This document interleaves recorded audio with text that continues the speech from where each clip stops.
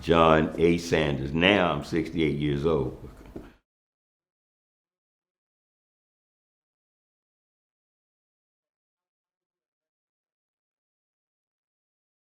That would be 2001, following the 4 years of my associate, Mario Salas, where I was a part of his team during that time. And of course, I was his campaign manager that elected him.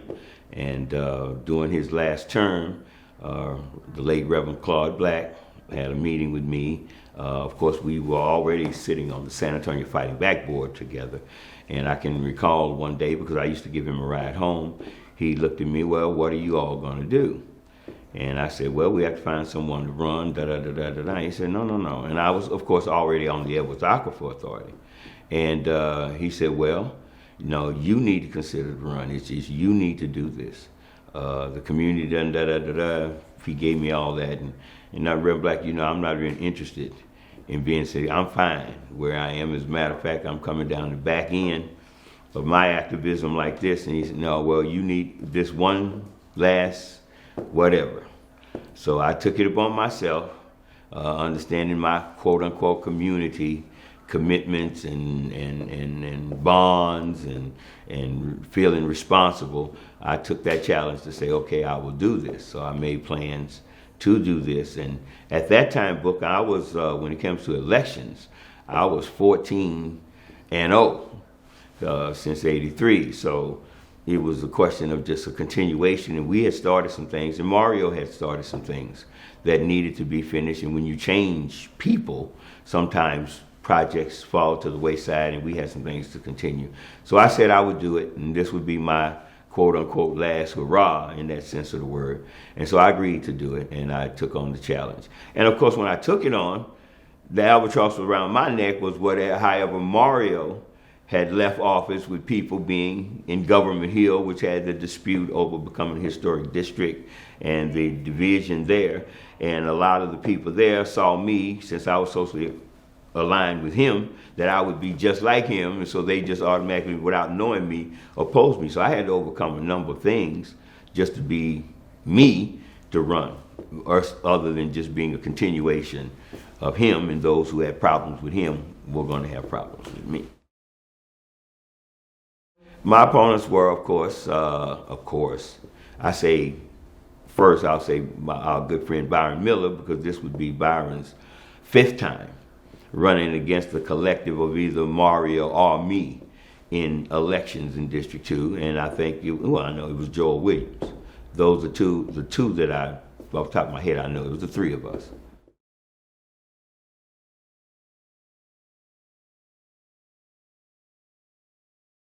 I don't know. Well, every race you have to run. So, I don't have an ego like that to think it was mine or the seat was mine to have. But I do know that at that time I had probably a tremendous amount of community experience, a tremendous amount of interaction with the governmental entities as a community leader. And of course, at that time, our history with OUED and Frontline 2000, which incorporated neighborhoods, other activists, programs, nonprofits in the community, the church community, because of course I came up in the church community too, gave me, I thought, maybe, if not an advantage, the name recognition and a track record of getting things done in the district. Capital projects, funding of nonprofits and things before I was ever in city council. So I think the community knew that I was able to do the job.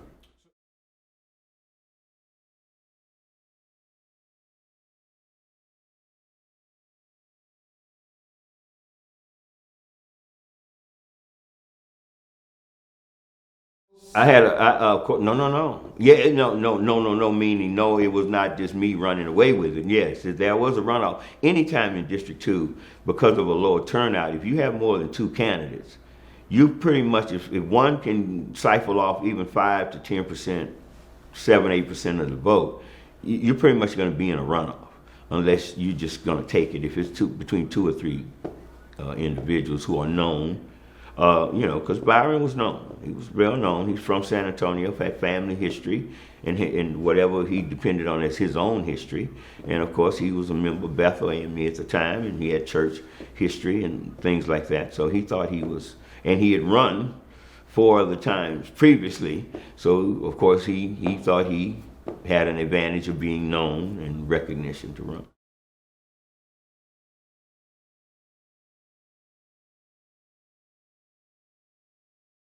Oh man. Let me put it this way. First of all, I was one of the main reasons I did not want to run was because City Council, unlike the Edwards Aquifer Authority, I knew would require fundraising and money to run. My effort to win the Edwards Aquifer seat, which was a regional seat, I only had one fundraiser. I only took in $150. And I won that race by, I got 13,000 votes in my run there. And then I won re-election to the Edwards Aquifer. I served a total of 6 years. So I was not interested. I was not a fundraiser. As an activist, I wasn't interested in the fundraising part. And it's amazing, that's the part later on that I dealt with as a conflict. But in the beginning, it worked out.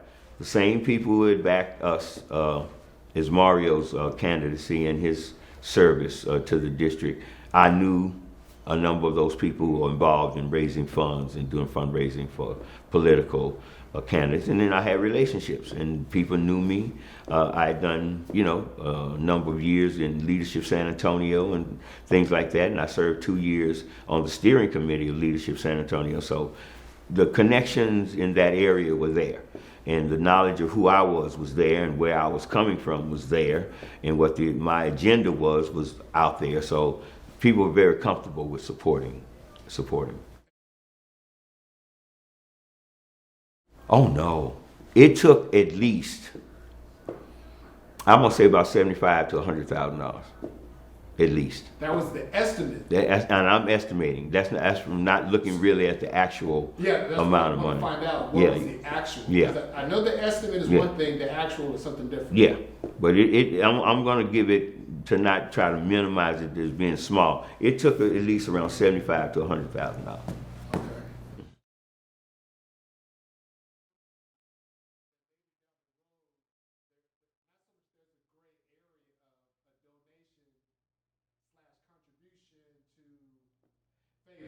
One thing that happens if you don't know it and you're looking at it from the outside, people make a direct correlation between people who donate to you and your actions on council, policies you pass and things of that nature. And then if it benefits a person, then people think you knew that person was going to benefit when you voted for a certain thing. One of the things that happens is in your fundraising efforts, a lot of your money comes in through a bundle. Those lobbyists, those people who deal with City Hall, who put on fundraisers for you, and people who give checks or give donations to you, you've never met them. You really don't know them.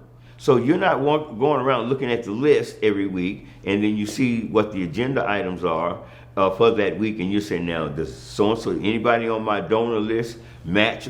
You're not even in that mentality. And of course, I've never had a history in any of my career, any of my nonprofit careers as president of any of the boards, L. Austin Community Center, UCPPOC, sickle cell anemia, OUED. Have I ever been involved with money in that sense of the word? So I was never interested in that. And money was not going to influence how I voted. So I wasn't interested. If you gave me money, fine. If you didn't give me money, fine. And I didn't make my judgments on any of my issues based on money.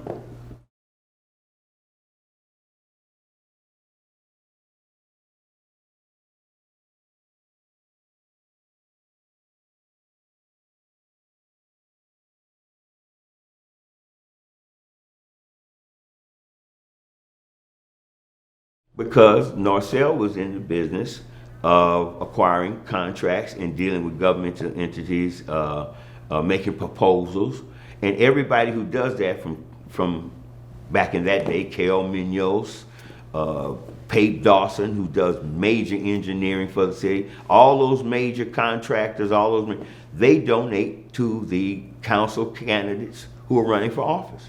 This is a perpetual thing. Anybody major who does business with the city of San Antonio, contractors, construction people, whatever, they donate to council. Those developers who want to do projects in your community, they're told if you want to, access, you want to meet this council. I met people on the merits of their projects or whatever their interest was.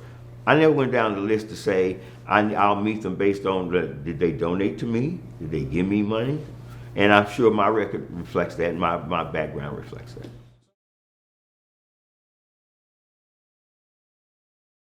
Yeah. Because if someone wanted to play the game that way, they could play the game that way.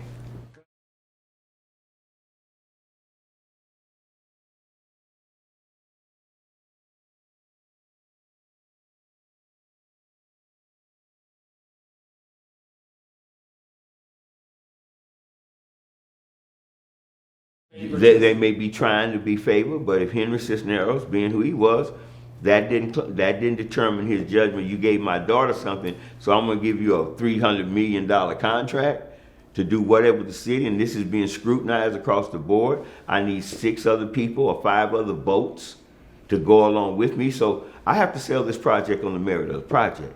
That gift of my daughter is not going to make the difference on whether you're going to vote for that or not. Yeah.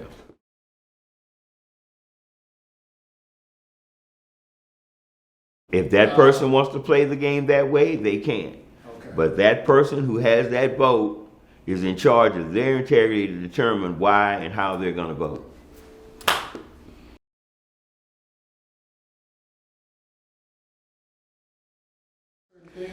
Okay, here's what happens in political office.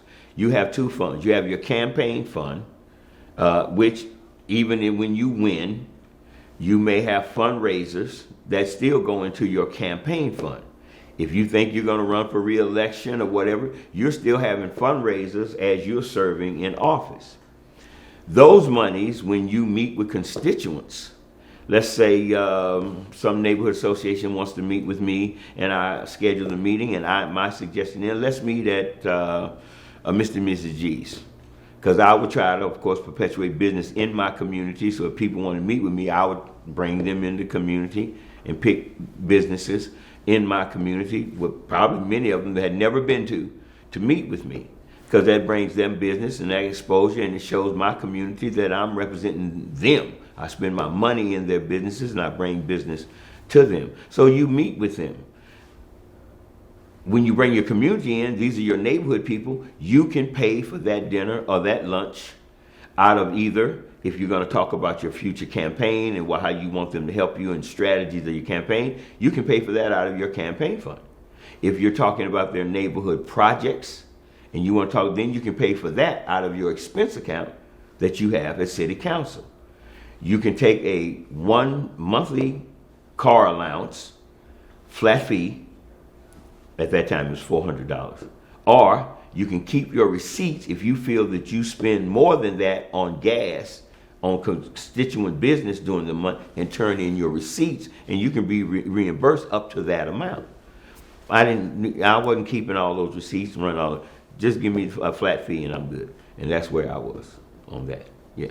But yeah, you can pretty much eat lunch, eat dinner. There are certain expenses that you have. I don't know if city council has, like state representatives, you have a clothing allowance. Whatever your expenses are for you to do the job, you can claim those kind of expenses. Okay. Mm-hmm. Now there are limits, but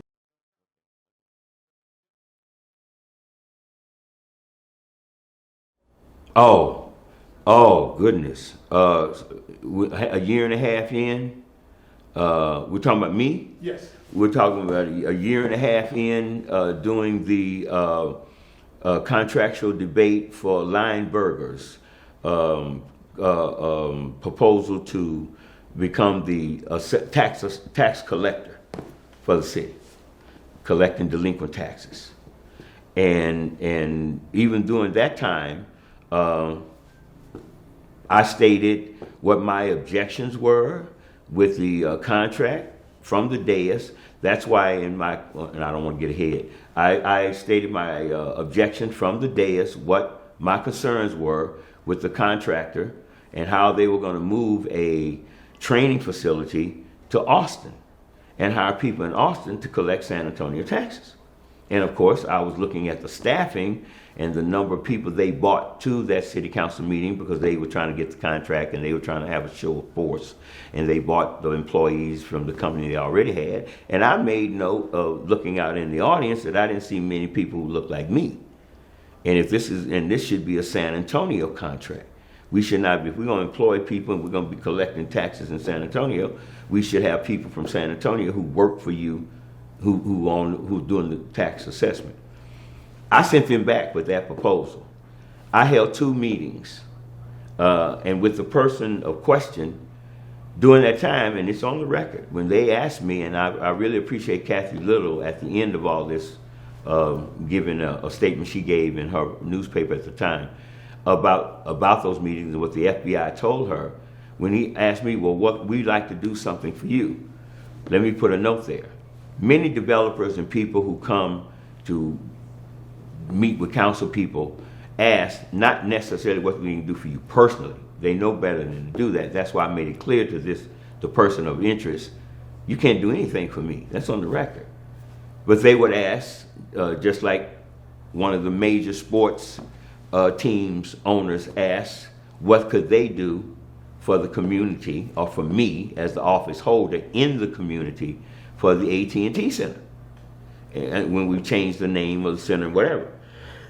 And of course I chose Lakeside, where we were trying to do a park, if they could assist in, if one all wanted to donate to help the lighting, fund the lighting, and of course the other commitment that they had made with Mario for the drainage and for Willow Springs Golf Course and the aesthetics around there for Mario to agree to bring the AT&T Center. So that makes sense for them to do that. That's what politics is. Right.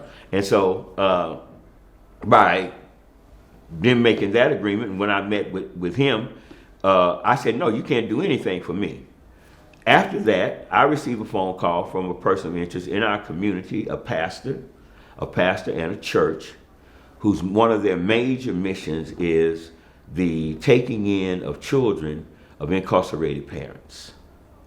And I get a call that the lights are going to be turned off, the utility bill, the electric bill, CPS bill is behind, and the 18 children that they were housing would be dispersed. Now, of course, this is a church in our community, it's a black church, and these are children of color. And these are children whose parents, many of the church members knew and whatever, but this was the ministry of that church and a good friend of mine. What I did when I made a call to say, would you all want to do something for the community? And I've done this before. It was nothing out of the bailiwick. The mistake I made is when in the transfer, when they agreed to do it, and they said, where can we drop off, bring it to my office? I'll call them, they can come to my office and pick it up because the bill, the CPS bill needs to be paid. You know how that goes. By a certain deadline, or they were going to come turn off the electricity. And it's a desperate situation. The problem was they bought cash. Just the transfer of that and the pickup, as the FBI declared, he didn't receive any money. He didn't deposit any money in his bank account because, of course, these that were marked. And so that kind of killed the case of that. And so they wanted to use it as you were bribed. Like I said, I went on the dais. Everything I had opposed for Lionberger, I had put it on the public record. They came back, a subsequent meeting, changed the site. All this is public knowledge. It's all on the record. Changed the site. It would be in San Antonio. They agreed to hire a number, this percentage, more people, I was good to vote for them. It had nothing to do with the exchange of that money. But the one thing you find out when you're dealing with the federal government is if you don't have the resources to defend yourself, you can be as innocent as you want to be. But once the federal government puts their hand on it, they want to, unless you have the resources to go to court and pay $400 an hour for a federal attorney, to defend you on a trial that may last a week or 2 weeks. And as I stated in my statement, I'm not going to bankrupt my family. There's no way I'm going to do that for the da-da-da-da, because that's what it would be, and it'll still come out the same.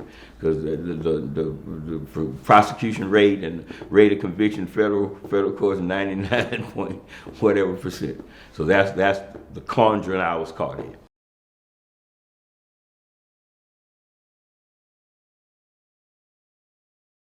Yeah, that was the difference. That was it. And my friend, whose hard was, but man, you don't. If I could have gotten to court, got his testimony on the record, because they interviewed him and all that, but it's the prosecutor's choice.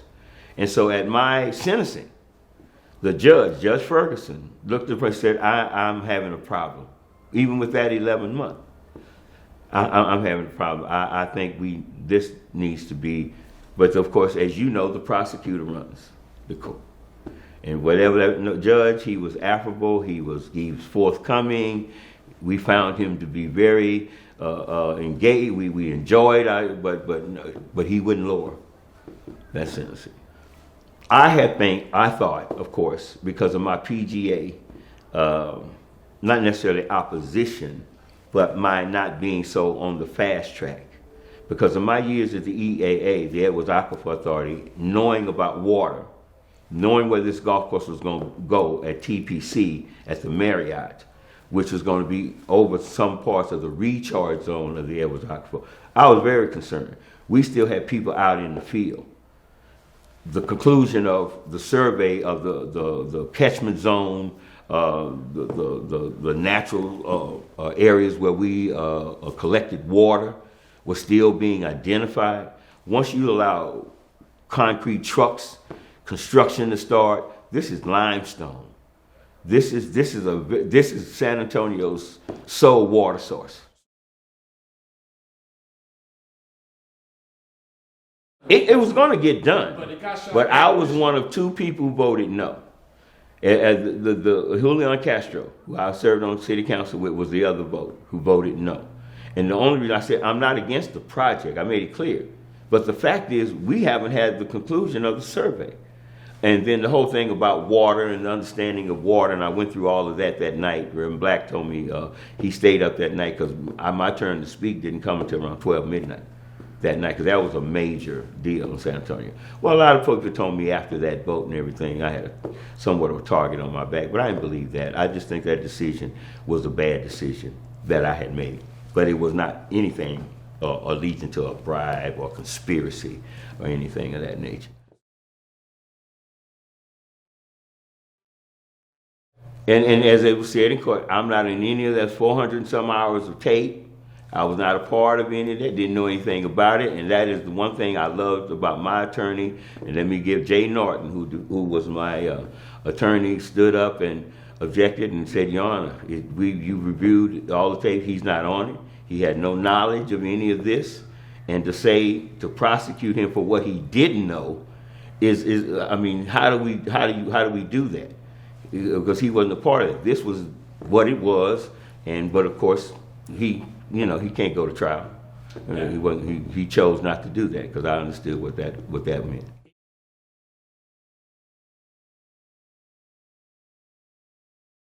Well, they were doing that across the country. If you notice in different cities, the FBI was doing that, and especially a number of people of color, council people of color, were being targeted on that level. They went from councils to state representatives and these kind of things, and that's routine. You should know that when you get elected public office, that's if you don't think you're important enough, you may try to, but you find people in Congress who are using their using their campaign money for slush funds, for personal slush funds and things of that nature. So you can't think you can do that for any length of time, and and it's not going to come up wrong because your reporting mechanisms for state, your funds you spend, your receipts, what you spend it on is going to be there, And even though now ethic violations are not necessarily enforced, those are still things you and I never had any kind of violation like that when it came.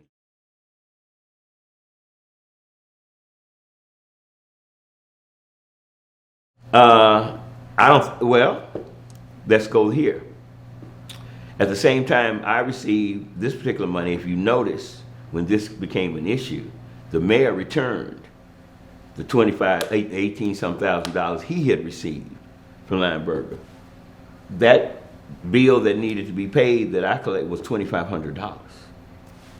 So people who knew me knew, you're gonna say, John, the black man settled for, as a bride, $2,500.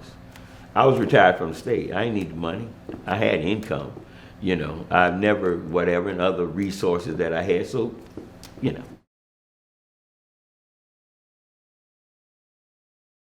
And everybody, it was in the news. He returned his money, his $18,000, and a few other councilmen returned their money. But you couldn't return it. Of course not. One of the things I think also happened, Bobby Pettis, who was known around the council circles as I used to call him, the shadow mayor. He was like the mayor's whip. Like in Congress, you have a whip or majority leader, and it had gotten known that the mayor had asked Bobby, because it was his last term, if he would ask me if I would take his place after the next election. And so it became known that I was going to take Bobby's place as the shadow to Ed, and what that meant was you helped the agenda get formed. You were there on Wednesday nights. You was going to take more time in dealing with issues and how they would be on the agenda. And of course, I would have the advantage of the issues of District 2 and being more point of getting those things on the agenda that I wanted to get on. So when that kind of word got out, and I agreed with Bobby, he said, you're going to have to be down here with him and you're going to have to do this, that, and the other. I said, well, this will be my last 2 years doing that. And yeah, I'll do it. And a few people, heavy hitters, non-elected power brokers in the city saw me receptions and just walked up to me casually, let me know that they understood I was going to be. So then I knew that too.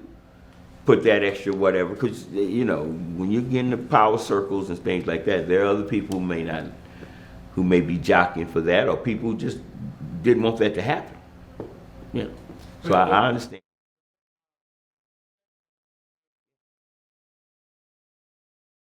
Oh, well, look at my activist background, you look at my history, whatever, and how we had progressed over the years and moved on from activist careers into the electoral whatever, and we might scare some people. And poster child of corruption. Oh, yeah. Or used as slight corruption. But as people, like I said, if you look at the writings afterwards, this wasn't the confusion or this isn't what it seemed to be, and after it came out that I wasn't on the tapes of the larger and knew nothing about any of that, then I was a casualty. Kathy Little, who had been not an adversary, but Kathy had been a campaign manager for Byron for years.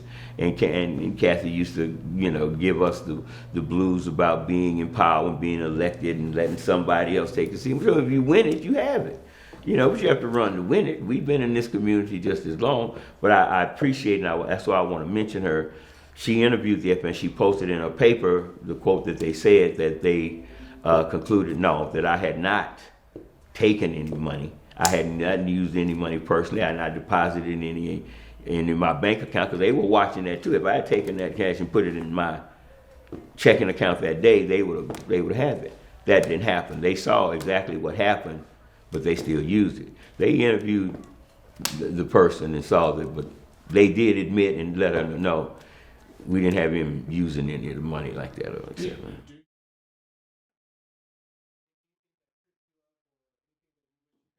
Oh no! I realized when I went in my first meeting with them, they only asked me, "Do I know this person?" I said, "I don't know. I know. I mean a lot of people." And then they showed me a picture. Yeah, I've met with him. I meet with developers. I meet with people all the time. So then when they showed me who they were talking about, I said, "Yeah, I met with him over the whatever contract or whatever." And I told them I had nothing to hide. And I revealed that, and as my lawyer said, when they listened to the tapes and my testimony, like the judge, he's been upfront, Because I know that's the one thing you're not going to do. Even when you're just talking to an agent, you're not going to lie, because that's a charge in itself. So, you know, and like he said, the prosecutor said he was very affable, met with him when I needed to meet with him. He was very truthful, very open. But the prosecutor, and when they want to get convictions, because their careers are based on convictions and whatever, and this was the move at the time, so I'm going to be a casualty, you know, that promoted his career. But I'll give him credit. When I came home and was on probation, they released me early.